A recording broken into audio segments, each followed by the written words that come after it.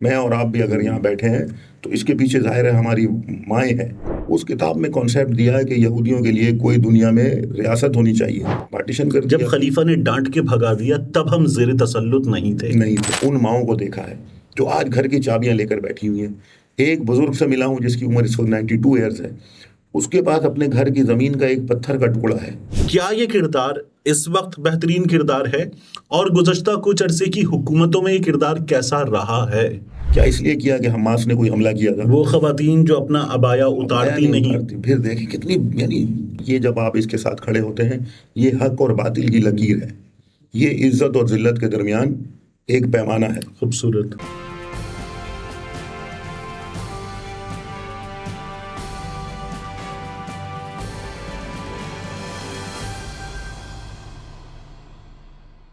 بسم اللہ الرحمن الرحیم. السلام علیکم. یہ آپ کا اپنا ڈیجیٹل پلیٹ فارم ہے. میں طارق متین ہوں اور میرے سامنے جو شخصیت تشریف فرما ہیں یہ ہیں صابر ابو مریم اور پاکستان میں فلسطین فاؤنڈیشن اس کے روح رواں. صابر بھائی سے یہ جو موضوع ہے جس میں ہم سامراج کی ناجائز اولاد کی بربریت دیکھ رہے ہیں اس بربریت پر بھی بات کریں گے. اس کا پاکستان کے ساتھ جڑا ایک تعلق ہے اس کاز کا, اس کی بھی بات کریں گے. اور پھر اس کے بعد ہمیں ایک دو رخی بے عملی پروپیگنڈا نظر آتا ہے میڈیا کا, اس کی بھی بات کریں گے. سب سے پہلے تو ہم صابر سے ہی جاننا چاہیں گے. صابر السلام علیکم, بہت شکریہ ہمیں وقت دینے کے لیے. وعلیکم السلام. آپ کا شکریہ کہ آپ اس اہم موضوع پہ بات کر رہے ہیں. ارے نہیں, یہ فرمائیے کہ میں اپنے گھر میں اگر بات کروں تو میری دو چھوٹی بچیاں ہیں, رتبہ اور اسبا ان کے نام ہیں. بیٹا ہے مصطفیٰ, چھوٹے ہیں. ان کو میری جو اہلیاں ہیں وہ بتاتی ہیں کہ یہ ایشو کیا ہے, ہوا کیا ہے. وہ جو میپ جو ہم طیب اردگان کے ہاتھ میں دیکھتے ہیں, جو ہم آزاد میڈیا کے ہاتھ میں دیکھتے ہیں, وہ میپ جو ہمیں ویسٹرن میڈیا کے ہاتھ میں نظر نہیں آتا, اس میپ کے ساتھ بھی بچوں کو کچھ چیزیں سمجھانے کی, چھوٹے ہیں, سمجھانے کی کوشش کی. مجھے یہ بتائیے کہ سب سے پہلے ہم اپنے نوجوان ذہنوں کو جن کا یہ میڈیم ہے, ڈیجیٹل میڈیم, ان کو ہم کیا بتائیں کوئکلی کہ یہ ہے کیا؟ بسم اللہ الرحمن الرحیم. آپ کے شکریہ کے ساتھ کہ یہ بہت اہم بات ہے. یہ اویئرنیس سے ریلیٹڈ ہے. یہ وہ کام ہے کہ جو انبیاء نے کیا ہے, جو بڑے بڑے لیڈرز نے کیا ہے. کہ دیکھیں ایک کام ہو جاتا ہے, اگر اس کا پیغام باقی نسلوں تک نہ جائے تو وہ کام وہیں رک جائے گا, اس کا نتیجہ وہیں تک تھا, وہ ختم ہو جائے گا. لیکن اگر آپ نے ایک بات کا, ایک کسی چیز کا, ایک کسی مسئلے کا آپ نے اس کو اویئر کیا, آپ نے نئی جنریشنز کو بتایا, نئے آنے والے بچوں کو بتایا, نوجوانوں کو بتایا اور صحیح طریقے سے بتایا, تو وہ زندہ رہتا ہے اس وقت تک جب تک یہ نسلیں آگے چلتی رہتی ہیں. تو سب سے جو اہم ترین کام ہے وہ یہی بات کو, پیغام کو سینہ بہ سینہ آگے بڑھانے کا ہے. آپ نے جو بچوں کی مثال دی, واقعی یہ بہت سعادت مندی کا کام ہے جو ہماری بھابھی وہاں پہ انجام دیتی ہیں, بچوں کو سکھاتی ہیں. ہر گھر میں یہ کام ہونا چاہیے, ہر گھر کی خواتین کو, کیونکہ خواتین سے معاشرے پروان چڑھتے ہیں. میں اور آپ بھی اگر یہاں بیٹھے ہیں تو اس کے پیچھے ظاہر ہے ہماری مائیں ہیں, پھر ہماری بیگمات ہیں, پھر ہمارے بچے ہیں. یہ سب ان کا کہیں نہ کہیں اثر ہے. تو یہ بہت اہم کام ہے اور ہمیں نوجوانوں کو یہی اویئرنیس کی طرف لانا ہے. ان کو بتانا ہے کہ یہ جو فلسطین ہے اس کے ساتھ کیا ہوا ہے. مثلا ایک سادہ سی بات ہے کہ میں آپ کے گھر میں آج تشریف لایا ہوں, تھوڑی دیر کے بعد میں آپ کے سب لوگوں کو ان 4 کمروں سے نکال کر ایک کمرے میں بٹھا دوں اور کہوں آج سے 3 کمرے تو میرے ہیں, 1 کمرہ آپ کا ہے. کیا آپ اس کو قبول کریں گے؟ اگر نہیں کریں گے آپ ریزسٹ کریں گے, آپ کہیں گے نہیں بھائی یہ کیسے ہو سکتا ہے. یہ فلسطینیوں کے ساتھ ہوا ہے. ان کی زمینوں پر, ان کے گھروں پر باہر سے لا کر, سرزمین انبیاء پر باہر سے لا کر یہودیوں کو, صہیونیوں کو بسایا ہے اور اس کے بعد ان پہ قبضہ کر لیا ہے, ان کو جلا وطن کر دیا ہے. موجودہ جرم کی بنیاد آرتھر بالفور نے ڈالی تھی. 100%. آرتھر بالفور جو برٹش گورنمنٹ کے جو ایک مشیر تھے خارجہ امور کے, انہوں نے دیکھے اس سے پہلے ایک کام ہوا ہے, سائکس پیکو ایگریمنٹ ہوا ہے. اس کے بعد بیلفور نے 1917 میں ایک ڈکلیریشن دیا جس میں انہوں نے لکھا کہ بھائی برطانوی حکمران کو کہ اس خطے کو تقسیم کر دیا جائے. اس سے بھی پیچھے چلے جائیں 1996 میں, 1896 میں تھیوڈر ہرزل جو ایک صحافی تھا بنیادی طور پر, اس نے ایک کتاب لکھی یہودیوں کے بارے میں. اس کتاب میں کانسیپٹ دیا ہے کہ یہودیوں کے لیے کوئی دنیا میں ریاست ہونی چاہیے, ہمارے پاس کوئی وطن نہیں ہے. پھر اس نے ایک اور ریسرچ پیش کی. اس نے کہا کہ فلسطین سے اچھی کوئی زمین ہمارے لیے نہیں ہو سکتی کہ یہ ہمارے آبا و اجداد کی لینڈ ہے. جھوٹ تھا سب, حالانکہ اس پہ ہم ڈیبیٹ کر سکتے یہ جو ہیں. دعویٰ کہ ہمارے یہ آبا بھی اجداد جھوٹ ہے, کی یہ لینڈ بھی میں بتاؤں گا ابھی آگے. اس نے کہا یہ تو میں اس کا ورژن بتا رہا ہوں, آبا و اجداد کی زمین ہے, ہم یہاں رہتے تھے, یہ یہاں پر مقدسات ہیں, حضرت ابراہیم کا یہاں پر مقام ہے, حضرت یوسف کا ہے, حضرت یعقوب کا ہے, حضرت موسیٰ علیہ السلام کا ہے. یہ ساری باتیں کر کے اس نے دنیا کو بتانا شروع کیا. 1897 میں اس نے کانفرنس بلائی سوئٹزرلینڈ میں, دنیا کے چیدہ یہودی سرمایہ دار بلائے. اس سے آگے وہ چلا. 1903 میں خلافت عثمانیہ کے جو ہمارے عبد الحمید سیکنڈ تھے, ان کے پاس آیا, ان کو کہا کہ ہمیں فلسطین کے اندر ایک زمین دے دو, ہم وہاں پر اپنے یہودیوں کی ریاست بنانا چاہتے ہیں. سلطان عبد الحمید نے کیٹیگوریکلی ان کو ریفیوز کر دیا اور ڈانٹ کے بھگا دیا. اس کے بعد سے سازشیں آپ دیکھیں, اگر تاریخ کے آپ جانتے ہیں اچھی طرح, سازشیں تیز ہوئی ہیں. پھر یہ 1917 کی بیلفور ڈکلیریشن ہے جس کا آپ تذکرہ کر رہے ہیں, بیلفور, اس نے برٹش گورنمنٹ کو مجبور کیا کہ یہ صہیونیوں کا ساتھ دے اور صہیونیوں کے لیے یہاں پر ایک زمین بنائے. پھر برٹش نے ایک پارٹیشن پلان تیار کیا جو 1947 میں ریزولوشن نمبر 181 کے ذریعے یونائٹڈ نیشن کی اس کو تسلیم کروایا اور اس کو پارٹیشن کر دیا. جب خلیفہ نے ڈانٹ کے بھگا دیا تب ہم زیر تسلط نہیں تھے. جب آرتھر بالفور نے یہ کیا تب ہم زیر تسلط تھے, اس لیے اس جرم کی بنیاد پڑی. ٹھیک, یہ بات صحیح ہے. اچھا, اب اس میں پھر انہوں نے کیا کیا, انہوں نے دنیا بھر سے لا کے بسایا. میں آپ کو ایک اور یہاں مثال دے کے آگے چلوں. قائد اعظم محمد علی جناح نے 1944 میں غالباً ایک جگہ تقریر کرتے ہوئے انہوں نے دو قومی نظریے کی بات کی. انہوں نے کہا کہ بر صغیر پر جو ٹو نیشن تھیوری ہے یا ہماری جو آئیڈیالوجی ہے پاکستان کی, اس دن جنم لے چکی تھی جس دن یہاں پر پہلا شخص مسلمان ہوا. بالکل, یعنی مقامی شخص مسلمان ہوا. باہر سے تو لڑائی کرنے والے بھی آتے تھے, بالکل, جنگجو بھی آتے تھے, آپ کو پتہ ہے سارے کتنے جو آئے افغانستان سے آئے, کہاں سے آئے, وہ بھی آتے تھے, لیکن وہ باہر کے لوگ تھے. انہوں نے کیا کہا کہ جس شخص نے یہاں پر پہلے دن اسلام قبول کیا اور مسلمان ہو گیا, تو اس دن ٹو نیشن تھیوری, کیونکہ ایک ہندو تھا وہ مسلمان ہو گیا, اب اس کا ہر چیز چینج ہو گئی. رہنا بھی الگ ہے, کھانا پینا بھی الگ ہے, سب کچھ, عبادت بھی الگ ہو گئی ہے. ادھر سے ہماری بنیاد پڑی کہ ہم سیپریٹ ہونا چاہیے. صہیونیوں نے کیا کیا, صہیونی باہر سے بندے لے کر آئے, مقامی نہیں تھے. مقامی تو 1948 میں یہودی رہتا تھا, عیسائی فلسطینی رہتا تھا, مسلمان فلسطینی رہتے تھے, یہ سب رہتے تھے 48 تک, ان کو تو کوئی مسئلہ نہیں تھا. یہ جو باہر سے اگر انہوں نے بسایا, بسانے کے بعد انہوں نے ان کو مقامی لوگوں کو نکال دیا.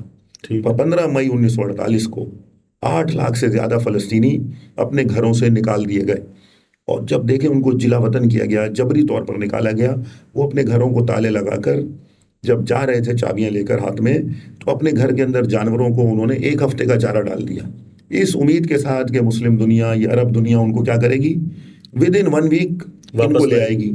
لیکن آج آپ دیکھیے 75 ایئرز ہو گئے, 3 نسلیں ان کی لبنان کے مہاجر کیمپوں میں ہیں, جارڈن کے کیمپوں میں. میں ملا ہوں, ان کے ساتھ گیا ہوں, میں نے 80 90 سال کی ان ماؤں کو دیکھا ہے جو آج گھر کی چابیاں لے کر بیٹھی ہوئی ہیں. ایک بزرگ سے ملا ہوں جس کی عمر اس وقت 92 ایئرز ہے, اس کے پاس اپنے گھر کی زمین کا ایک پتھر کا ٹکڑا ہے, اس کو نشانی کے لیے اس نے رکھا ہوا ہے, کہہ رہا ہے یہ میری زمین کا, میرے گھر کا ٹکڑا ہے. تو یہ وہ بات ہے جو ہمیں بچوں کو بتانی ہے, صحیح, اپنے نوجوانوں کو بتانی ہے. یہ پیس کا مسئلہ نہیں ہے, یہ اسرائیل پیلسٹائن کانفلکٹ نہیں ہے, اس کے درمیان امن کی بات نہیں ہے, یہ جسٹس کی بات ہے, یہ عدل کی بات ہے. یہ کیا بات ہے, جو آپ کی چیز ہے وہ آپ کو ملے, جو میری چیز ہے وہ مجھے مل جائے. صحیح, عدل ہے یہ, بالکل, کیا صحیح کو صحیح, غلط کو غلط کہنا عدل ہے. بالکل ٹھیک. اچھا, مجھے یہ فرمائیے کہ اس وقت جو جنگ جاری ہے, اس جنگ کے بارے میں پاکستان میں بھی, میں پاکستان کی حکومت کے موقف پر ابھی آؤں گا, جی, لیکن پاکستان میں بھی اس جنگ کے بارے میں کچھ لوگوں کی یہ رائے ہے کہ جو حماس نے کیا, یہ قدم اٹھا تو لیا گیا, اس کے پیچھے بیک اپ, سسٹینیبلٹی, تیاری, حکمت عملی وہ کہاں ہے کہ جب ہم ملیا میٹ گراؤنڈز دیکھ رہے ہیں, لیول ہو گئے ہیں شہر, ہم جب وہ مناظر دیکھ رہے ہیں تو یہ سوال تب پیدا ہو رہا ہے. دیکھیے, اس پہ پہلی بات, یہ جو ہمارے بھائی, میں کہتا ہوں یہ نادان ہیں, یہ ان کو نہیں پتا یہ کس کی خدمت کر رہے ہیں, خود بھی نہیں جانتے. یعنی ان کے بارے میں اس طرح ہے کہ ان کو کچھ حاصل نہیں ہوگا بالآخر, لیکن یہ جو بات کر رہے ہیں شاید عام ذہن اس کو کوئی منطقی بات سمجھے, لیکن کیا ہے, 75 ایئرز کی ہسٹری, اسرائیل نے اس سے پہلے کتنی جنگیں لڑی, 2007 میں حملہ کیا, 2009 میں کیا, 11 میں کیا, 2014 میں کیا, 2019 میں کیا, اور آخری 2021 رمضان میں کیا. کیا یہ سارے حملے اس لیے کیے تھے کہ حماس نے ریٹیلیٹ پہلے کیا تھا؟ کیا 75 سال سے جو آکوپیشن کیا ہوا ہے کیا اس لیے کیا تھا کہ حماس تھی 75 سال پہلے؟ کیا یہ جو بچوں کو قید کیا ہوا ہے, خواتین کو 1 مہینہ پہلے برہنہ کر کے سڑکوں پہ گھمایا, فلسطینی خواتین, کیا اس لیے کیا کہ حماس نے کوئی حملہ کیا تھا؟ وہ خواتین جو اپنا عبایا اتارتی نہیں. پھر دیکھیں کتنی یعنی تکلیف ہوتی ہے دل میں یہ سن کر کے, یہ دیکھ کر جب خبر آتی ہے وہاں سے. یہ سارے ظلم جو ہو رہے تھے, کیا یہ حماس اس کی حقدار ہے کہ اس کو بلیم کیا جائے؟ یہ ایسا نہیں تھا. اور یہ بھی جو ہوا ہے وہ ایک دن میں تو نہیں ہوا ہے, ٹھیک ہے نا. یہ سب کچھ ہو رہا تھا, آخر ان کا کوئی رائٹ ہے, یہ بیچارے وہاں رہتے ہیں, انہوں نے رسپانس کیا ہے, انہوں نے اپنی موجودگی کا اظہار کیا. انہوں نے کہا تم جتنا ہمیں مار رہے ہو 75 سال سے, تو کچھ ہم بھی تو کریں تمہارے ساتھ. صحیح. اور یہ یونائٹڈ نیشن کا چارٹر قوموں کو رائٹ دیتا ہے کہ جن قوموں پر غاصبانہ تسلط ہو جائے, یونائٹڈ نیشن کا چارٹر یہ کہتا ہے کیٹیگوریکل کہ وہ قومیں جد و جہد کر سکتی ہیں آزادی کی, حتیٰ مسلح جد و جہد کر سکتی ہیں. یہ غلط نہیں ہے. اب یہ جو ہمارے بھائی پاکستان میں بیٹھ کر ایک تو صحافت کو بدنام کر رہے ہیں, صحیح, صحافت کے پورے انہوں نے چیپٹر ہی ختم کر کے رکھ دیے یہ باتیں کر کے, ٹھیک ہے نا. اچھا دوسری بات, وہ کہتے ہیں کہ حکمت عملی. آپ مجھے بتائیں, یہاں بیٹھا ہوا ایک آدمی ٹویٹر پر یا کسی جگہ پہ لکھ کر, اس کو حکمت عملی کی فکر ضرور ہے, لیکن ایک جو گراؤنڈ پہ اپنی جان کو ہتھیلی پہ رکھ کے کھڑا ہوا ہے, اپنے بچوں کو قربان کر رہا ہے, اپنے گھر والوں کو لے کے کھڑا ہوا ہے, کیا اس کو نہیں پتا ہے کہ حکمت عملی کیا ہوتی ہے؟ تو یہ باتیں کر کے کنفیوز نہ کیا جائے. ٹھیک, یہ کنفیوژن پھیلا کر دیکھیں کچھ حاصل نہیں ہوگا.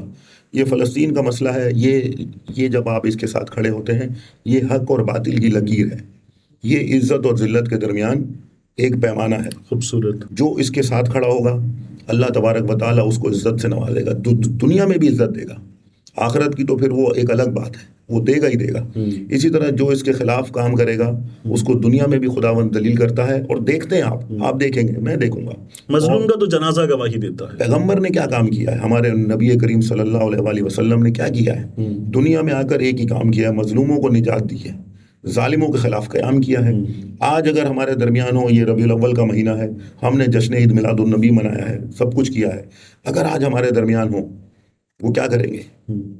میرا تو یہ عقیدہ ہے وہ فلسطین کے لیے قیام کریں گے, وہ کہیں گے بھائی ان کو بچاؤ, سب سے بڑا کام ہے کشمیر کو بچاؤ, یہ مظلوم ہے, ٹھیک ہے نا, مظلوموں کی بات کریں گے. اسی طرح امام حسین ہیں, ان کے نواسے جن کا تاریخ میں ذکر ہے کہ کربلا کا واقعہ ہم نہیں بھول سکتے کوئی مسلمان. تو جو کام انہوں نے کربلا میں جا کے کیا دنیا کی ظالم طاقتوں کے خلاف, تو آج اگر وہ ہوتے تو یہی کرتے. وہ ہم سے یہ نہیں کہتے کہ نمازیں پڑھتے رہو, روزے رکھتے رہو یا دوسری عبادات کرتے رہو, بلکہ وہ کہتے ہیں کہ ان کے ساتھ ساتھ یہ کام کرو. تو یہ جو ہمارے بھائی کرتے ہیں صحافت کے نام پر, ان کے پاس کوئی دلیل نہیں ہے, کوئی منطق نہیں ہے. اچھا مجھے یہ بھی بتائیے کہ جو وارڈ نمبرز ہیں نا, میں ان پہ نہیں جانا چاہتا. میں وہ کر رہا ہوں جو مجھ سے ایک عام آدمی نے کہا. جب ہم یہ رکھنے جا رہے تھے نشست, تو تب میں نے کچھ لوگوں سے پوچھا, ان کے سوالات میں زیادہ چاہوں گا کہ سوال یہ ہوا کہ پاکستان کی حکومت اور پاکستان میں جو اثر رکھتے ہیں ان کا کردار, اس پر بھی بات ہو. کیا یہ کردار اس وقت بہترین کردار ہے, اور گزشتہ کچھ عرصے کی حکومتوں میں یہ کردار کیسا رہا ہے؟ یہ بہت اہم بات ہے. بدقسمتی سے بہت ساری حکومتیں, مطلب میں آپ کی بات کاٹ رہا ہوں. میں نے انوار الحق کاکڑ صاحب نے جو بیان دیا اور جو عارف الوی صاحب نے بیان دیا, میں نے اس کو سوشل میڈیا پر جا کر, میرے 5-5.5 لاکھ تھوڑے سے فالوورز ہیں, میں نے کہا آپ دونوں کا بیان شرمناک ہے. اچھا کیا, ٹھیک, بہت اچھا کیا. دیکھیں ایک ہماری ہسٹری ہے, میں بیک گراؤنڈ جاتا ہوں پھر یہ اس پہ آتا ہوں. ہمارا بانی کون ہے؟ قائد اعظم محمد علی جناح. ہمارا لیڈر کون ہے؟ حضرت علامہ اقبال. علامہ اقبال ایک مفکر عظیم ہے, وہ صرف ایک شاعر نہیں ہے. دنیا میں آپ ان کی ویلیو دیکھیے جا کر, دنیا ان کو یعنی پوجا کی حد تک کرتی ہے ان کے لیے. یہ خدا نے کس کو دیے ہیں؟ یہ ہمیں برصغیر کے لوگوں کو دیے ہیں. یہ عرب حکمرانوں کو نہیں دیے, ٹھیک, یہ کسی اور کو نہیں دیے. یہ کس کو دیے ہیں؟ پاکستانیوں کو دیے ہیں, مسلمانوں کو دیے ہیں, ٹھیک ہے, یہ ہمیں دیا ہے. قائد اعظم محمد علی جناح نے, یہ بیلفور ڈکلیریشن 1917 میں آئی. قائد اعظم یہاں جدوجہد کر رہے تھے, برٹش استعمار ٹوٹ رہا تھا اس زمانے میں, تو کیا قائد اعظم نہیں دیکھ رہے تھے فلسطین میں کیا ہو رہا ہے؟ اس وقت سب سے پہلے 1920 میں قائد اعظم نے فلسطین کی حمایت کے لیے آواز اٹھائی, پہلی مرتبہ بر صغیر میں. دوسری مرتبہ قائد اعظم نے مفتی اعظم فلسطین سے رابطہ کیا, ان کے ساتھ اپنا تعلق بنایا, ان کے ساتھ خط و کتابت کی. برطانیہ مفتی اعظم فلسطین مفتی امین الحسینی کو جرمنی کی حمایت میں کیونکہ ورلڈ وار میں جرمنی کی ہم سارے سپورٹ کر رہے تھے، خلافت عثمانیہ بھی، اور اس لیے کہ عرب کہہ رہے تھے کہ یہ ہم ان سے بچیں. ایک بڑا بیک گراؤنڈ ہے، اس پہ نہیں جاتے. برطانیہ نے مفتی امین الحسینی کو ٹیررسٹ قرار دیا ہوا تھا، جیسے آج وہ دیتے ہیں. قائد اعظم کس سے رابطہ کر رہے ہیں؟ جس نے، برٹش نے جس کو ٹیررسٹ قرار دیا ہے، بالکل درست، اس سے رابطہ رکھتے ہیں. اس کو کہتے ہیں بھائی ہم تمہاری مدد کریں گے. پھر بر صغیر میں فلسطین فنڈ قائم کرتے ہیں، ٹھیک، پیسہ پیسہ جمع کرتے ہیں لوگوں سے. پیسہ کس کو دیتے ہیں؟ مفتی امین الحسینی کو دیتے ہیں، جس کو برٹش ٹیررسٹ قرار، ٹیررسٹ کہتے ہیں. یہ بتاتا ہے کہ ہم نے کیا کرنا ہے. ٹھیک، نیکسٹ آ جائیں، کوئکلی آگے چلیں. 37 میں 40 میں ہر جگہ آل انڈیا مسلم لیگ کانفرنس کے اندر جو ان کی اجلاس ہوتے تھے آل انڈیا مسلم لیگ کے، قائد اعظم فلسطین قرارداد پیش کرتے تھے. ٹھیک. آل انڈیا مسلم لیگ اس کو اٹھاتی تھی، مسئلے کو، ٹھیک، خاموش نہیں تھی. 1940 میں 1940 میں لاہور میں جب قرارداد لاہور پیش ہوئی، جس کو اب قرارداد پاکستان بھی ہم کہتے ہیں، پہلی قرارداد پاکستان کی تھی کہ بھئی پاکستان کو یہ جو قائم کرنے کے بارے میں بات کی گئی تھی. سیکنڈ جو ریزولوشن تھی وہ فلسطین کے بارے میں تھی. صحیح، باقی 2 اور ریزولوشن بھی تھیں، ٹوٹل 4 تھیں. تو یہ رشتہ ہمیں بتا رہا ہے کہ پاکستان اور فلسطین کہاں پر ہے، جب بننے سے پہلے سے ساتھ ہیں. پھر جب پاکستان بنا، مفتی امین الحسینی پاکستان آئے. صحیح، انہوں نے آ کر کہا کہ مجھے کشمیر دیکھنا ہے، صحیح. تو ان کو عباس پور کنٹرول لائن پہ لے جایا گیا. لیکن یہ مظلوموں کا کنیکشن ہے، میں وہ یہ سمجھانا چاہ رہا ہوں. مظلوم پاکستان، مظلوم کشمیر، مظلوم بالکل، فلسطین. یہ بیک گراؤنڈ اس لیے بیان کر رہا ہوں کہ اب پھر ہم حکومتوں پہ آئیں گے. یہ جو انہوں نے کیا، اچھا وہ عباس پور کنٹرول لائن گئے اور وہاں انہوں نے خطاب کیا، مفتی امین الحسینی نے، فلسطینی مفتی اعظم. انہوں نے کہا کہ کشمیری بھائیو، تمہارا اور ہمارا درد ایک جیسا ہے. صحیح، ہم تمہارے لیے تڑپ رہے ہیں، تم ہمارے لیے تڑپ رہے ہو، انشاءاللہ ہم جلد آزاد ہوں گے. اور بہت سارے ورڈز انہوں نے کہے وہاں پر. یہ میں رشتہ بتانے کی کوشش. ٹھیک، 47 میں قائد اعظم کو کہا گیا کہ بھئی آپ ان سے تعلقات کر لیں. قائد اعظم نے منع کر دیا. ٹھیک، جب یہ بن گیا تو پھر قائد اعظم ان دنوں اپنے آخری ایام کے 3-4 مہینے ان کی زندگی کے رہ گئے تھے. پھر ان سے کہا گیا، انہوں نے پھر کیٹیگوریکلی کہا کہ ہم یہ ایک ناجائز ریاست ہے، ہم اسے تسلیم نہیں کریں گے. یہ نہیں کہا کہ میں نہیں کروں گا، کہا کہ پاکستان اسے تسلیم نہیں کرے گا. ایک فارمولہ دے دیا. فورن پالیسی کے جو 4 پوائنٹس تھے، جو قائد اعظم نے فورن پالیسی کا جو بیان دیا تھا رائٹرز کو، اس 4 پوائنٹس کے اندر یہ نمبر 1 ہے. صحیح، یہ کلیئر ہو گیا کہ اب پاکستان کیا کرے گا. ٹھیک، 48 کے بعد اب آپ آگے چلیں. کسی حکومت نے، لیاقت علی خان امریکہ گئے، وہاں ان کو آفر کی گئی، لیکن انہوں نے وہاں ریفیوز کر دی. ٹھیک، آگے چلیں، آتے رہے.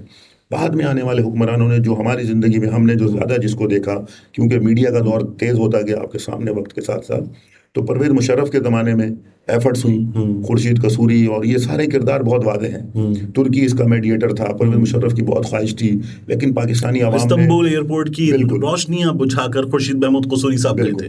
یہ اس طرح چوروں کی طرح آپ کیوں جاتے ہیں؟ میں نے کہا نا، یہ عزت اور ذلت کا مسئلہ ہے. اس کا مطلب کہ آپ چور ہیں، آپ اندھیرے میں چھپ کے جاتے ہیں، آپ دھڑلے سے جائیں. اجمل قادری گئے تھے نواز شریف. جی، اجمل قادری ہیں، اور بہت سارے لوگ ہیں. صحافی برادری ہے بہت ساری. میں سب کے ابھی کیا ادھر نام بتاؤں، بہت سارے لوگ ہیں. یہ جاتے ہیں وہاں پر، ان کو لے کے جاتے ہیں. یہ کیا حاصل کرتے ہیں، واپس آ کر ان کو کیا ملتا ہے، یہ ایک الگ ڈبیٹ ہے. اب حکومتوں کی جو بات ہے، پرویز مشرف کے زمانے میں کوشش ہوئی، بعد میں کچھ اور حکومتوں کے زمانے میں بھی کوشش ہوتی رہی. ابھی پچھلے 5-10 سالوں سے ہم دیکھ رہے ہیں کہ یہ کوشش تیز ہو گئی ہے. یہاں سے مسلسل ڈیلیگیشن لے جائے جاتے ہیں، وہ آ جاتے ہیں یہاں پہ ذہن سازی کرنے کی کوشش کرتے ہیں. چرچوں کے اندر کچھ ایسے لوگ ہیں جو یہاں سے چرچوں کو استعمال کر رہے ہیں. ہم نے اپنے مسیحی بھائیوں سے کہا، ان کو لیٹر لکھے، ان کو کہا کہ بھائی اپنی صفوں کو ٹھیک کریں. یہ پاکستان کی آئیڈیالوجی کا مسئلہ ہے. آج بھی اس جگہ سے میں ان کو یہ جو ان سے درخواست ہے کہ وہ اپنی صفوں کو ٹھیک کریں، اپنے اندر سے یہ کالی بھیڑیں وہ نکالیں. ہم تو اپنی کالی بھیڑوں کو دیکھ رہے ہیں، ہم نے تو ان پہ اپنا چیک رکھا ہوا ہے. ہم نہیں چھوڑیں گے ان کو، ہم ان کا تعاقب کریں گے، یعنی ان کے پیچھے جائیں گے، ان کی پالیسی کو کاؤنٹر کریں گے. ایک سوال لوگ اور کرتے ہیں کہ یہ جو راحیل شریف صاحب کی قیادت میں سعودی عرب نے بنائی تھی اسلامی ممالک کی فورس، کیا یہ فورس ہم نے دیکھنے کے لیے بنائی ہے؟ یہ مطلب یہ اجتماع ہے بس اور کچھ نہیں؟ اس بات کو ختم کروں کہ اب ہمیں کیا کرنا ہے. حکومتوں کو، ہمارے پاس ایک کلیئر اسٹانس ہے، ایک موقف ہے، ہمیں اس پہ رہنا ہے، ہمیں اس سے نہیں ہٹنا ہے. جو انوار الحق کاکڑ صاحب نے بھی کیا ہے، بہت کمزور موقف دیا ہے. یعنی یہ پاکستان کی عزت و حمیت کے خلاف ہے یہ موقف. جو انہوں نے دیا تھا. اس پر بہت کرٹیسائز ہوا, لیکن پھر 3 دن کے بعد جب کرٹیسزم ہوا تو انہوں نے پھر کچھ صحافی بھائیوں کے ساتھ بیٹھ کر ایک ڈسکشن کیا, اور وہاں انہوں نے کہا کہ اسرائیل ایک غاصب ریاست ہے. چلیں ٹھیک ہے, لیکن آپ کو پہلے بھی یہی کہنا چاہیے تھا. 3 خبروں کے بعد چوتھی خبر میں آپ نے کہا تو یہ نہیں ہونا چاہیے تھا. یہ پاکستان کی اہمیت, اس کی عزت اور شرف کے اوپر آنچ ہے. بالکل. نیکسٹ جو آپ نے بات کی ہے جو اس سے متعلق ہے کہ کیا آپ نے کہا تھا, میں راحیل شریف صاحب جی بالکل. یہ دیکھیں یہ کیوں بنا ہے, یہ 41 ملک بیٹھ گئے, ان کا کوئی کردار نہیں ہے, یہ صرف ایک ڈمی وہاں پہ بیٹھے ہوئے ہیں. اگر کچھ کرنا ہوتا, یہ تو بنتے وقت ہی یہ تو فرقہ واریت میں چلا گیا. یعنی اس وقت آپ دیکھیں یہ کیوں بنا تھا, اس کا بیک گراؤنڈ ہے. یمن کے اوپر ایک وار امپوز کی گئی تھی جس میں امریکہ, برطانیہ, افریقی کہہ رہا ہوں, یورپین کچھ جو ایجنسیاں شامل تھیں, اور پھر ہمارا یہ ایک مسلم ایک برادر ملک تھا جو اس کے اندر جو ہے وہ وہاں پہ یہ کام کر رہا تھا. سعودی عرب کی میں بات کر رہا ہوں. تو انہوں نے وہاں پہ ایک وار امپوز کی ہوئی تھی. اس وار کو لڑوانے کے لیے انہوں نے دنیا کے 40 ملکوں کو جمع کر لیا. اور اب بدقسمتی دیکھیے, پاکستان جو یہ کہتا ہے کہ ہماری خارجہ پالیسی کا نقطہ ہے کہ پاکستان اپنے مسلم ممالک سے کیا کرے گا, اچھے تعلقات رکھے گا, صلح صفائی رکھے گا, اتحاد قائم رکھے گا, یہ قائد اعظم نے بتائے تھے. ہم اس کے اگینسٹ جا کے کیا کرتے ہیں, اپنا ایک ریٹائرڈ آرمی چیف اس کو وہاں پہ چیف لگا دیتے ہیں. یہ بھی پاکستان کی سالمیت کے خلاف ہے, خارجہ پالیسی کے خلاف ہے. لیکن اس کا پھر جو اگلی بات ہے, اس اتحاد نے کیا کیا, وہ یمن میں تو کچھ نہیں کر سکا. اب کیا کر رہا ہے, روٹیاں ہی توڑ رہا ہے صرف. ٹھیک ہے نا, ڈرائنگ روم میں وہ بیٹھا ہوا ہے, اور کیا کر رہا ہے. اگر کچھ کرنا تھا تو فلسطین کے لیے بننا چاہیے. میں نے کچھ جگہ پہ کہا ہے پہلے بھی کہ اگر امریکہ کی 52 ریاستیں ہیں, وہ اگر یونائٹڈ اسٹیٹس ہو سکتی ہیں تو یہ 57 یونائٹڈ اسٹیٹس کیوں نہیں ہو سکتے. ٹھیک ہے, اگر ہونا تھا یونائٹڈ اسٹیٹس تو اس طرح ہوتے, آپ صرف فوجی اتحاد میں نہیں ہونا تھا, ہر چیز میں یونائٹڈ ہونا تھا. اور یونائٹڈ چیز کے لیے پیچھے جانا تھا. وہ کیا ہے, وہ قبلہ اول ہے, وہ بیت المقدس ہے, وہ فلسطین ہے, وہ کشمیر ہے. وہ ان کے لیے آپ کو ہونا تھا. آپ ان کے خلاف چلے گئے. آپ نے دشمن کے ایجنڈے کو ایک طریقے سے یعنی ٹو کیا, اس کو سپورٹنگ آپ نے فراہم کی کہ جس سے مسلم امہ کو نقصان ہوا. یعنی جب یہ 40 بنے, 17 تو اور نہیں تھے نا اس میں, پھر آخر ان کا کوئی اعتراض ہوگا. اچھا پھر یہ 40 بنے, اور بتاؤں 40 میں بھی بعد میں ایسا ہوا کہ ود ان 1 month 16 وہ انیکٹیو ہو گئے. ملائیشیا, انڈونیشیا, اس طرح کے جتنے تھے یہ سارے وہ انیکٹیو ہوتے چلے گئے. انہوں نے اپنی کالم کے اندر فوجی حمایت سے دستبرداری کر لی. صرف انہوں نے کہا ممبر رہیں گے, فوجی ہم نہیں دیں گے. یعنی یہ بے اثر ہو گیا یہ. لیکن اس کا نقصان کیا ہوا, آپ نے ایک طاقت بنا کے دنیا کو دکھانا چاہیے, لیکن وہ فیل ہو گئی. اس سے پوری امت کا نقصان ہوا, کسی ایک ملک کا نقصان نہیں ہوا. پوری امت اسلامی اس کے لیے کہ بھائی یہ ان کی طاقت ہے, یہ کرتے ہیں, یہ 40 کا بناتے ہیں, 6 بھاگ جاتے ہیں, 20 بھاگ جاتے ہیں, بیچ میں 5 ہی بچتے ہیں, اور وہ بیٹھے ہوئے اب تک. صحیح. صابر ابو مریم صاحب کو آپ نے سنا, اور یہ جو مسلم ممالک کا اتحاد ہے, ہماری حکمرانوں کا کردار ہے, اور اس مسئلے کا بیک گراؤنڈ کوشش کی کہ آپ کو بہتر سے بہتر انداز میں سمجھا سکیں. ملتے ہیں انشاءاللہ آپ سے.